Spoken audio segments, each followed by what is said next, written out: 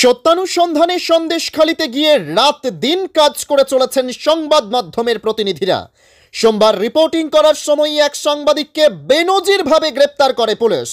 কর্তব্যরত সাংবাদিককে গ্রেপ্তারের প্রতিবাদে জঙ্গিপুর প্রেস ক্লাবের পক্ষ হইতে ধিক্কার মিছিল ও রঘুনাথগঞ্জ থানায় ডেপুটেশন।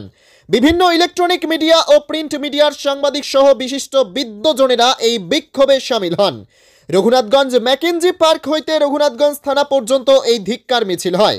এদিনের ধিক্কার মিছিলে কালো কাপড় মুখে বেঁধে ও হাতে মোমবাতি নিয়ে ধিক্কার জানায় জঙ্গিপুর প্রেস ক্লাবের বিভিন্ন ইলেকট্রনিক মিডিয়া ও প্রিন্ট মিডিয়ার সাংবাদিকগণ। উল্লেখ্য, বিভিন্ন জায়গায় দেখা যায় গণতন্ত্রের চতুর্থ স্তম্ভের মুখ বন্ধ করতে সাংবাদিকদের হেনস্থা হতে হয়। কখনো কখনো সত্য ঘটনা সাধারণ মানুষের কাছে তুলে ধরতে গেলে মার খেতে হয় সাংবাদিকদের। এবার খবর সংগ্রহ করতে গিয়ে পুলিশের কাছে হেনস্থা ও গ্রেপ্তার হতে হলো এক নির্ভীক সাংবাদিককে। তাকে নিঃস্বার্থ মুক্তির দাবিতে ধিক্কার মিছিল ও ডেপুটেশন দেওয়া হয়। ব্যুরো রিপোর্ট, এসটিভি নিউজ, সময়ের সাথে সত্যের সন্ধানে।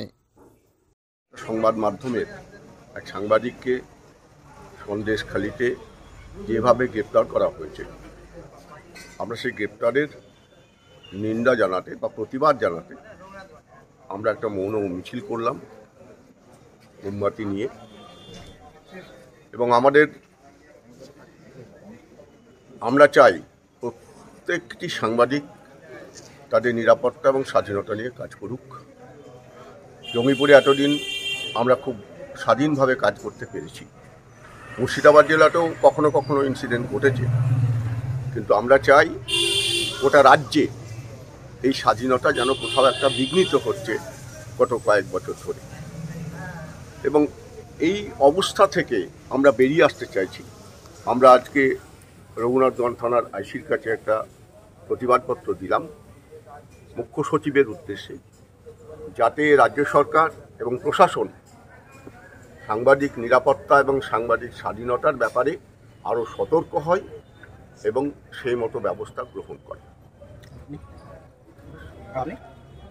আমি বিমান হাজরা,